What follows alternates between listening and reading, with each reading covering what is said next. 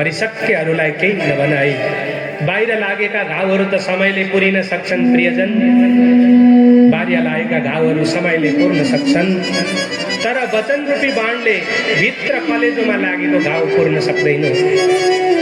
अर्काले भनेको कुरा त बरु बिर्सिन सकिन्छ प्रियजन, तर आफन्तले लगाएको चोट कहिल्यै बिर्सिन सकिँदैन।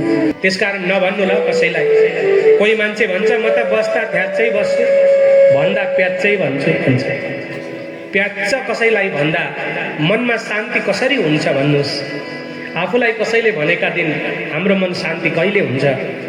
आफूलाई जुन पीर पर्छ नि त्यही पीर अर्कालाई पनि पर्छ नि। आफूलाई जसरी दुख्छ नि त्यसरी नै अर्कालाई पनि दुख्छ नि। प्रियजन, यदि अर्काको मर्म बुझिँदैन भने, अर्काको दुखाइ बुझिँदैन भने पो अर्कालाई नराम्रो गरी भनिन्छ। त्यसैले कहिले पनि अर्कालाई चोट पर्ने गरी नभन्नु।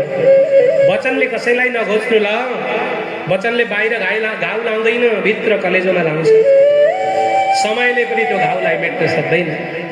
त्यसकारण हेर्नुहोस्, संसारमा सबैभन्दा मिठो के छ प्रियजन? संसारमा सबभन्दा मिठो के छ? तपाईहरु भन्नुहोस् त। संसारमा सबैभन्दा मिठो छ बोली। यो बोली मिठो हुनुपर्छ।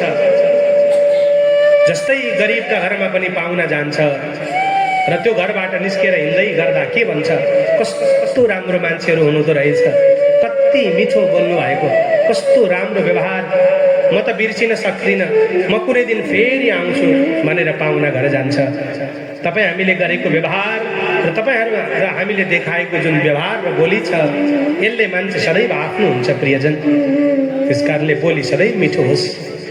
आफन्तहरू त आफ्ना होलान्, तर यो बोलीले संसार आफ्नो बनाउँछ। जुन दिन यो बोली नमिठो हुन्छ नि त्यो दिन आफन्त पनि टाढा टाढा बन्दछन्। यो बोलीले एक्लो बनाउँछ।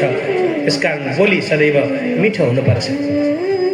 मिठो खाए भन्दैन नि पाहुनाले, राम्रो चिज दिनुभयो भन्दैन नि पाहुनाले, पाहुनाले राम्रो व्यवहार गर्नुभयो भन्छ।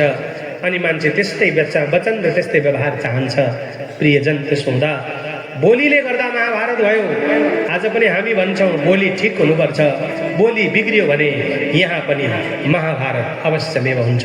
त्यसकारण बोलीलाई सदैव अमृत बनाऊ, बोलीलाई विष कहिले पनि नबनाऊ। हामी भित्र विष पनि छ र अमृत पनि छ।